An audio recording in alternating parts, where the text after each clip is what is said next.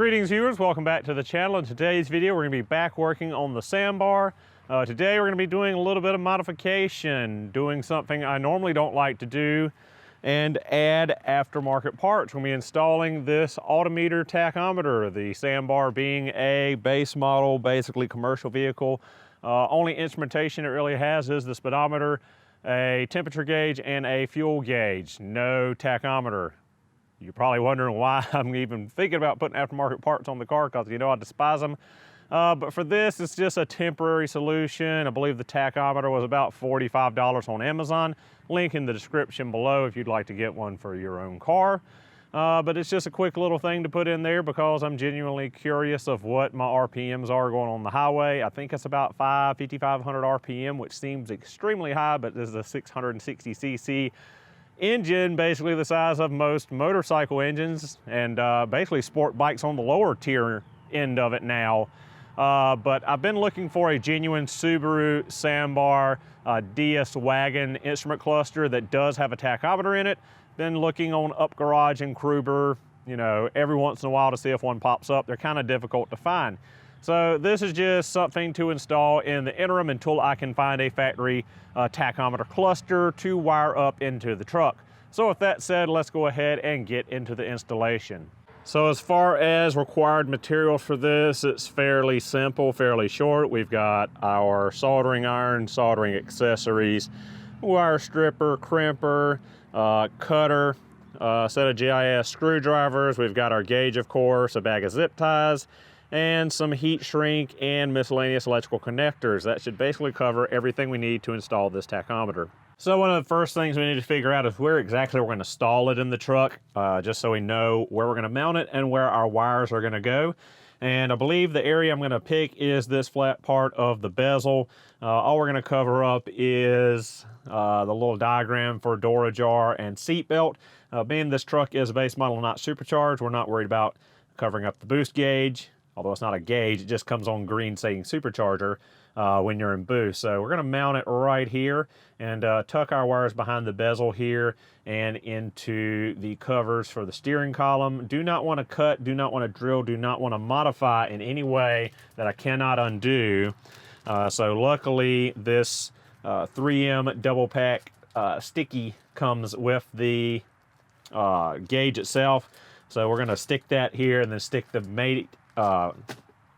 mounting plate of the tachometer there, and just tuck our wires back behind the crack here between the bezel and the cluster. Okay, so let's go ahead and start off by removing the bezel for the instrument cluster. We've got 2 screws located here at the bottom, very short screws.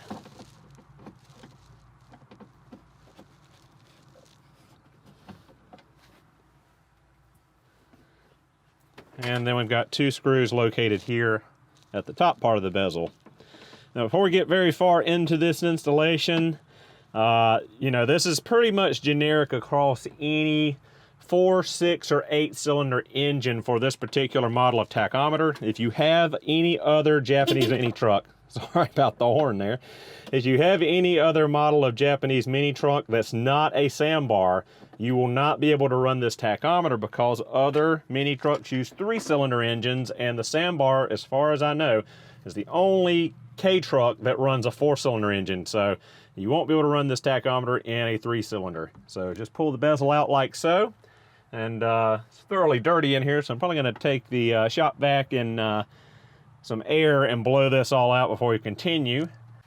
Now that the bezel's out of the way, we'll go ahead and remove this steering column cover, the bottom part of it, so we can access the wiring for the ignition switch, because we're going to need a switched ignition source power.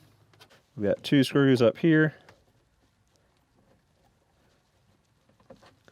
We're going to need to find so the tachometer wiring is very simple. It's 4 wires. We have a white wire for keyed illumination, so the backlight comes on the tachometer when you turn on your headlights at night. There is a main red wire for power that is a ignition switch 12-volt power source. There's a black wire for our ground, and then there's a green wire that ties onto the tach signal from the ignition coil. That's basically it. So we got those 2 screws out. We'll just pull down slightly and get the little push tabs on either side loose. And then I believe we should be able to just pull this off of here. I don't think there's any other hidden fasteners under the steering wheel, none that I see.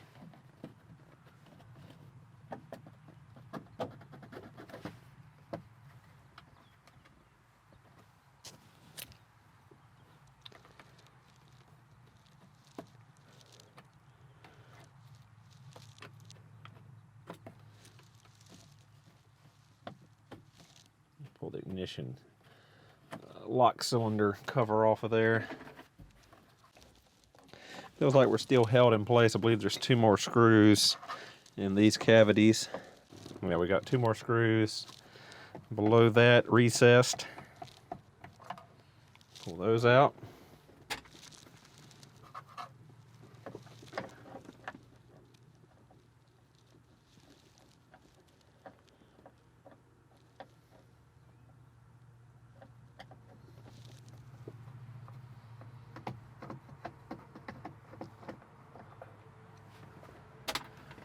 All right, now this lower piece should pop right off of there. There we go. Drop that down, set that out of the way. Now we can get to our wires we need to tie into and get into the wiring. We'll go ahead and open up the tachometer and get our tools over here and start the wiring. All right, guys, so one crucial thing I forgot to mention in required tools is a test light. We've got to find power. So here is our tachometer. And here is the wiring. We've got a white wire, a black wire, a green wire, and a red wire, as I said before. White wire will go to ignition switch, to illumination, black goes to ground, green to the coil pickup, and red goes to an ignition switched power source, 12 volts. So under the steering column here, pardon me if I get this stuff wrong, because I am red-green colorblind, as some of you do know. And I believe we've got a black wire here with perhaps a red stripe, but I'm not sure. So as you see, key off, we're dead. Key on, we have power. Our test light is glowing. Engine on and running, we still have power. So that's what we want to make sure we've got is power, key on, and while the engine is running. So we'll tap into this for our red wire. Now for our black wire, we're just going to put a regular eyelet on it, and we're going to find a bolt or screw that goes through the metal part of the dash to ground. For the white, we now need to find an illumination. So let's fill around now and find our illumination wire. So we will need to poke and prod around with the key on and the lights on. So we'll find one that's got power with the lights on but not with the lights off. There's a reverse. We've got power with lights off and it goes out when lights are on. Let's see, this one here. This one here. Let's see, this one here.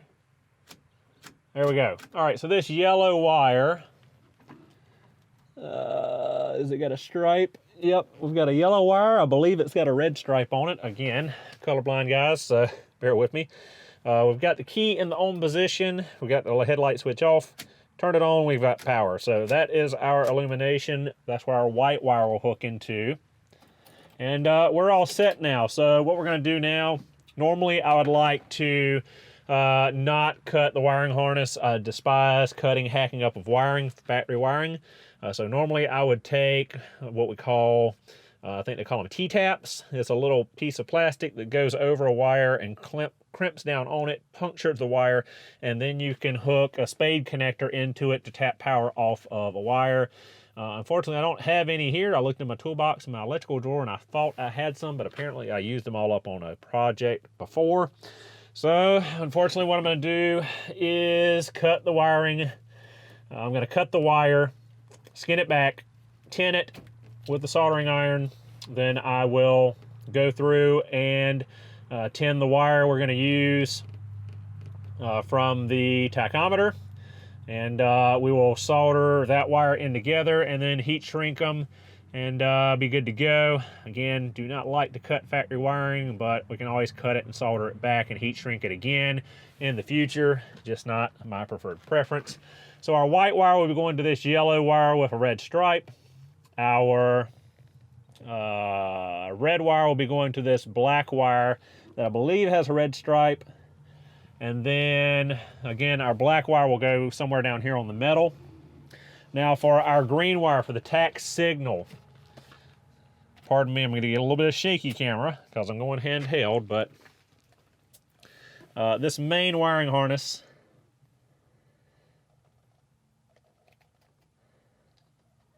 focus. There's a main wiring harness here that comes up beside the brake lines. In this set of wires, there's a solid yellow wire here. Again, sorry for shaky cam, sorry for a bad focus. But in this loom, there are 3 yellow wires, 2 have stripes, 1 is solid yellow. That solid yellow wire is our tach signal. Our green wire will be tied into that. So let's go ahead and get to it. All right, so got the soldering iron heating up. While that's heating up, we'll go ahead and cut our red wire. Basically got the tach set where I wanted to put the wiring harness through, so we don't have a ton of unnecessary wire in here. And you know, as I said, we're going to hook it in here to this black and red wire. So we will be cutting the black and red wire and skinning both sides back. We'll be then soldering all 3 legs together and heat shrinking it. So we'll go ahead and do that now. Again, it pains me to cut factory wiring. Oh my God, it pains me.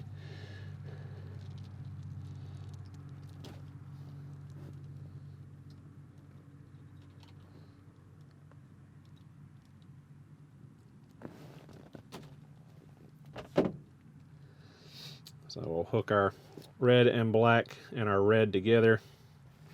Go ahead and give them a nice twist together. We'll come down here and get some heat shrink ready to go over this bundle. Might end up splitting this loom a hair just to get some more movement.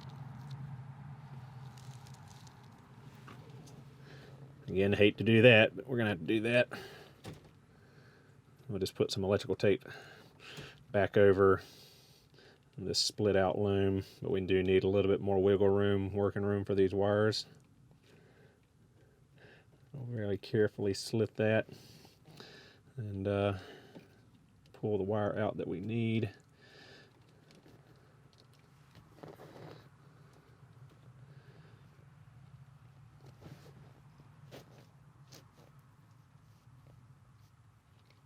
So we'll go get some heat shrink and slide it up here away from the heat from soldering. So we'll just run that heat shrink on up, get it out of our way for now. And we'll come down here and we'll tie the red and black wire back in. Give it a few spins around. And flow this solder through this joint.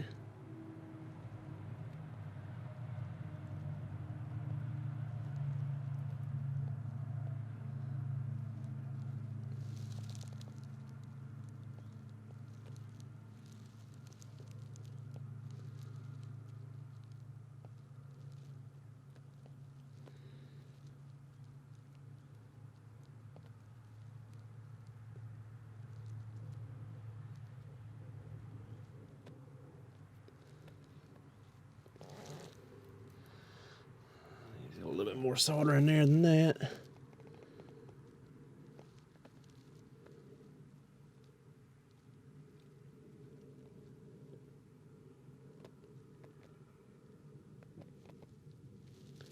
There we go. Let that cool, pull our heat shrink down, and go ahead and get that buttoned up. Check our solder joint, make sure everything is good all the way around. And looks like we got a good joint there. Not gonna give us any issues. Not gonna rattle loose or pull apart. So now that we got that, Go ahead and slide our heat shrink tubing back down.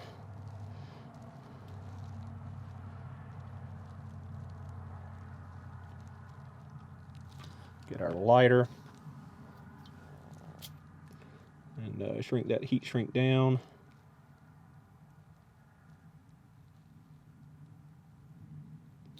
And there we go. Our red keyed power wire is now installed. Good to go on that. So now we will take our white illumination wire and tie it into the yellow and red wire here in the harness, just as we did over here.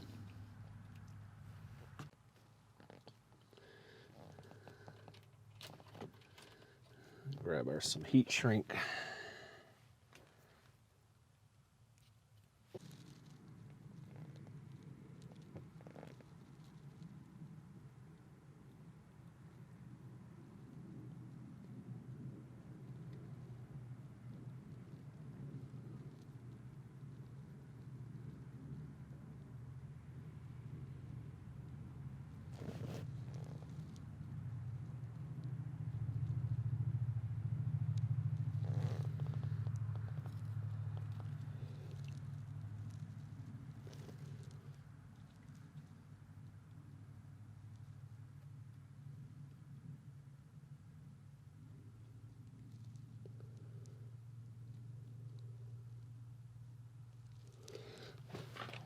All right, and we'll pull our heat shrink down and cover it again. And hit our heat shrink tubing.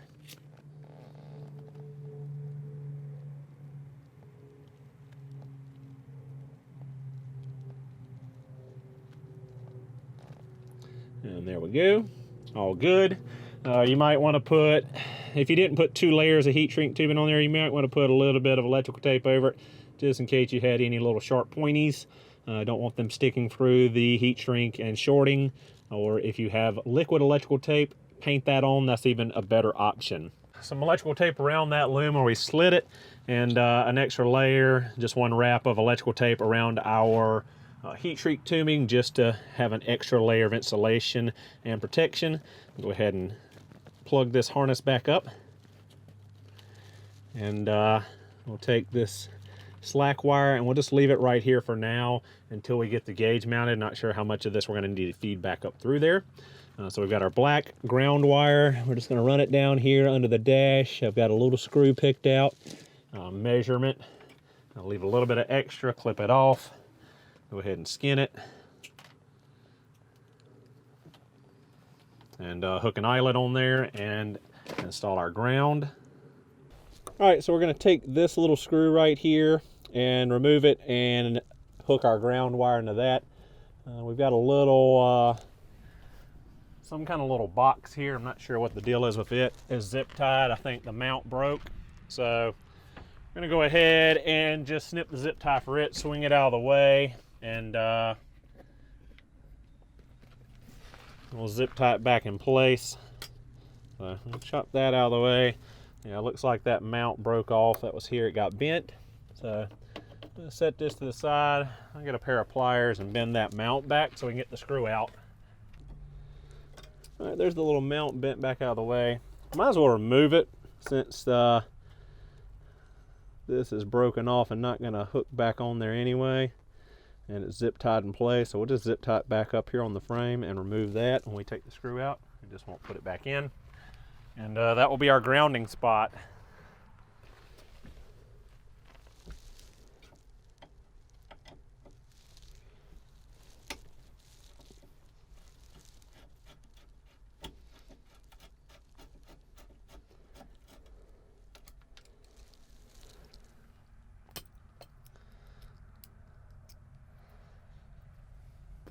All right, so I'll pick out an eyelet that will accommodate the size of this screw.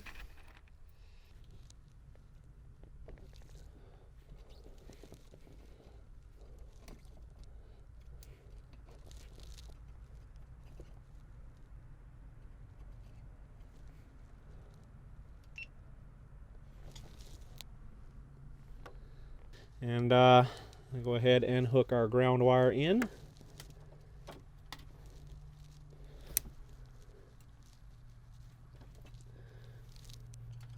point that ground wire up. That way we can take the slack and wrap it in with the rest of the wires.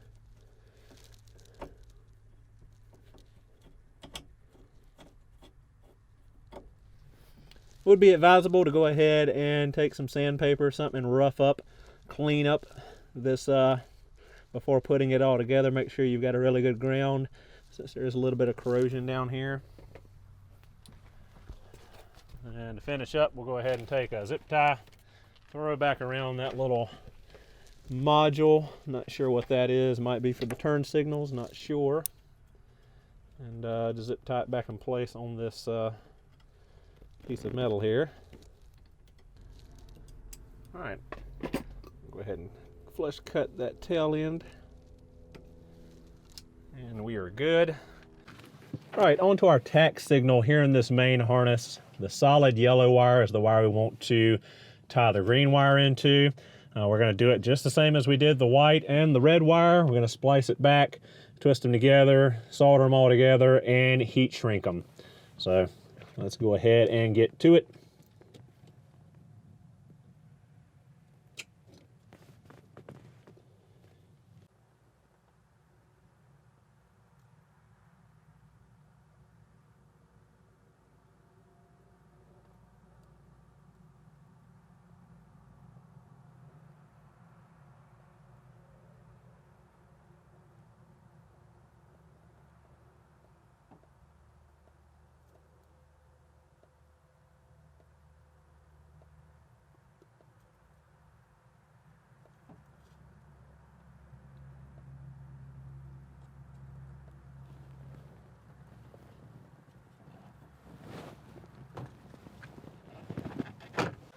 All right, so again, we'll pull our heat shrink up and get the lighter out, and go ahead and get these wires protected.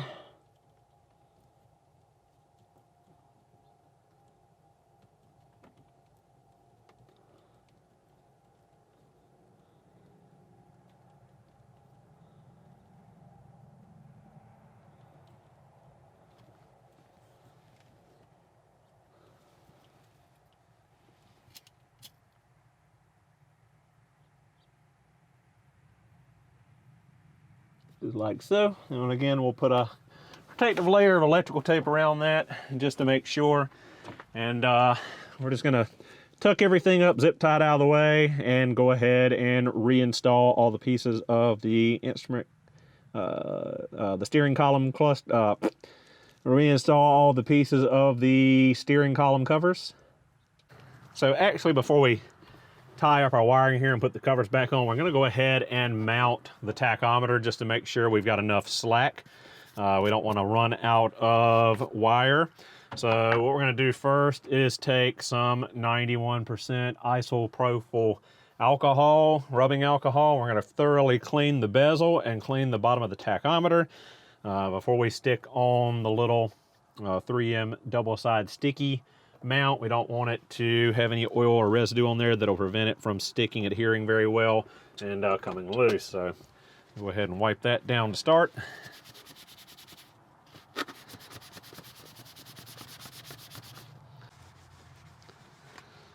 All right, so go ahead and drop our bezel back in here. Again, tucking the wires out of the way and keeping the tachometer to the top.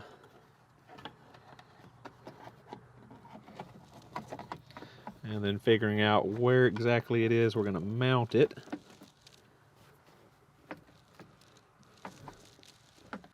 All right, so right there should be perfect. Again, all I'm covering up is the seatbelt warning, which I'm not worried about because I always put my seatbelt on, and the door ajar warning, which if I don't know if the doors are open in this thing, I got more serious issues. So let's go ahead and pull the sticky pad off.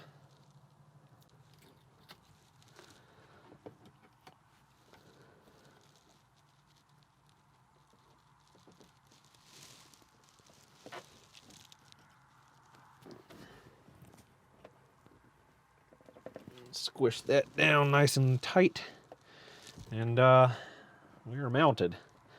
and no permanent holes, no drilling, so you can always remove it later if I ever look up and find JDM DS Sambar wagon cluster, so I can have my factory tack. So just got the little bit of wires bundled up, zip tied together, tuck them all out of the way back in this cavity here above the wiring. We've got barely visible there. This is in the right spot. Go ahead and bring our bottom piece into play here. Go ahead and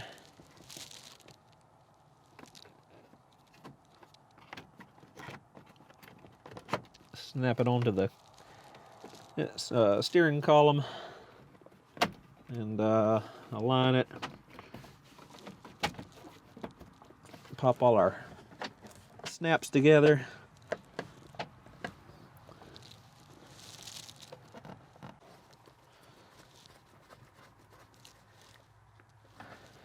And we are all set. All we gotta do now is test to make sure our tack works and clean up all our tools. All right, guys, sorry for shaky cam here. Hopefully I can stabilize this before I upload it in the video. But time for the moment of truth. Let's go ahead and start her up and see if it works.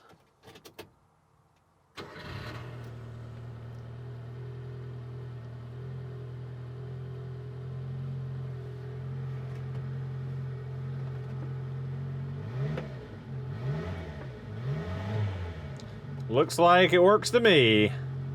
Thank you guys so much for watching. Hope you enjoyed, and I will see you in the next video.